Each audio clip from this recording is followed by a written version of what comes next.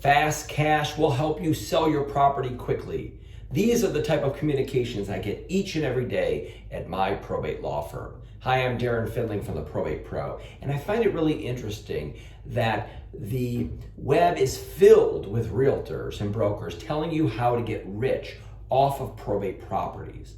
But there hasn't been many, if any, probate practitioners who can give you insights on how to work with probate lawyers as it relates to probate property. My law firm is a multi-state probate law firm. We operate in Michigan, Ohio, Illinois, and Florida, and provide a national network of probate coordination. So we really understand this space, and I happen to be a licensed real estate broker. So what are the insights? What are the tricks of the trade? Are blasting lawyers with spam emails the key to getting listings? I don't think so. I think that first let's understand really what's going on in probate, and it may provide some insight as to how this process works. So the probate process is really a procedural process of allowing somebody's assets and their liabilities to be orderly managed after somebody dies. And often included in that is real estate. Sometimes the real estate is in really healthy situation. There's no mortgage, no tax payments or foreclosures pending. And sometimes it's at high risk, in need of a fire sale or a quick liquidation. So when an estate is open, often, depending on the jurisdiction, there are restrictions that may exist in the personal representative's authority to be able to sell the real estate. And there may even need to be a petition filed before a piece of real estate can be sold. So what typically happens is that the realtors are reviewing the publication notices, the publication for creditors that the personal representative is responsible to list in the legal news to identify any unknown creditors. Realtors use these lists to identify the opening of new probate estates.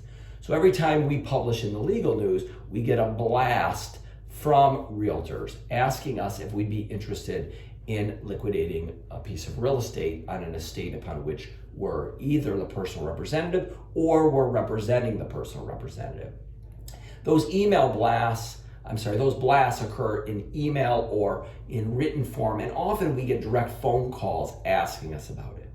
Now, from my perspective, it's simply noise. We disregard or have spam filters to filter out those emails. And with the letters, they simply go right into the recycle bin. We do not get impacted by any of those communications. So if you're one of those, you can just stop wasting your stamps on our law firm.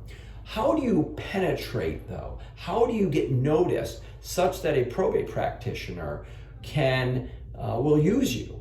Well, it's not the email blast, and it's not the mailings that are going to do it. It's developing connections and relations such that that lawyer can understand that you as a realtor have the experience and know-how to be able to liquidate a piece of real estate in a trusting fashion. So we tend to like to work with realtors who will list our multi-million-dollar real estate assets and our fire sale assets. They know how to work with sophisticated sellers and often non-sophisticated sellers that have to move quickly so that they've got a full range of investors that may be able to purchase quickly for cash, as well as properties that may have to be listed on the market for a long period of time. So we want to understand their expertise. We want to know what area they focus in. Are they a urban area or out in the country? Can they handle the big, the small? We want somebody that can do it all for us, because it makes it a lot easier for us every time somebody comes into our office, that we are not finding different realtors based on the circumstances. We can hand our inventory over each time somebody comes in and know that they're going to be treated with a high level of attention to the detail in the same way that our law firm requires all of our vendors and everyone that we refer to operate within our core values and to deliver an extraordinary legal experience. We want an extraordinary real estate experience to occur. And we don't want any of our clients that we refer out to then call us and say the realtor isn't doing a great job. So what happens here? Well, first, we want to establish a personal connection and relationship with the realtor. We want to know their skill set and that they're out hustling. They're the hard-working, hard-driving realtors. The only way you can do that is to develop a connection through some opportunity face-to-face. So the letters and the spam do nothing to establish that level of trust. We want people that have proven themselves over time, and we want a stable of people. So for example, at my law firm, we don't just have one realtor that we turn to. We have a stable of them that, depending on the circumstances, we would refer out, or we would give the clients an opportunity to interview a few people so that they could feel most comfortable handling the particular real estate. So in this progression of the timeline from the beginning of the estate all the way through the time of sale, most realtors are looking for people in a fire sale situation. That's why they're kind of spamming us at the beginning and commencement. They want to be first in. The reality is I get a boatload of emails and mail that all happen at the same time. So you're really not standing out from the crowd. You're simply one of many that are involved. So what could you do? Well, one is to actually get to the attorney or the personal representative even earlier than the publication. Let's understand what that means. When a matter is filed, there is a period of time between the filing and the appointment of the personal representative. And it doesn't mean that they're always publishing at the beginning. So often publication doesn't occur at the onset of the probate administration. So if you wanted to get in earlier than all the other noise, I would suggest reviewing the public record at the probate court and identifying when an estate is open. You can really learn a lot about the estate itself by pouring through it. It takes a lot of time, a lot of energy, but it may give you a foot in the door to be able to have a meaningful conversation about the estate that's about to be administered. Now, what are the things that I want to hear when I speak to a realtor? I want to understand that they're not just very narrowly focused on a particular set of circumstances, but they're going to be able to help me in each type of probate administration that we may be involved in.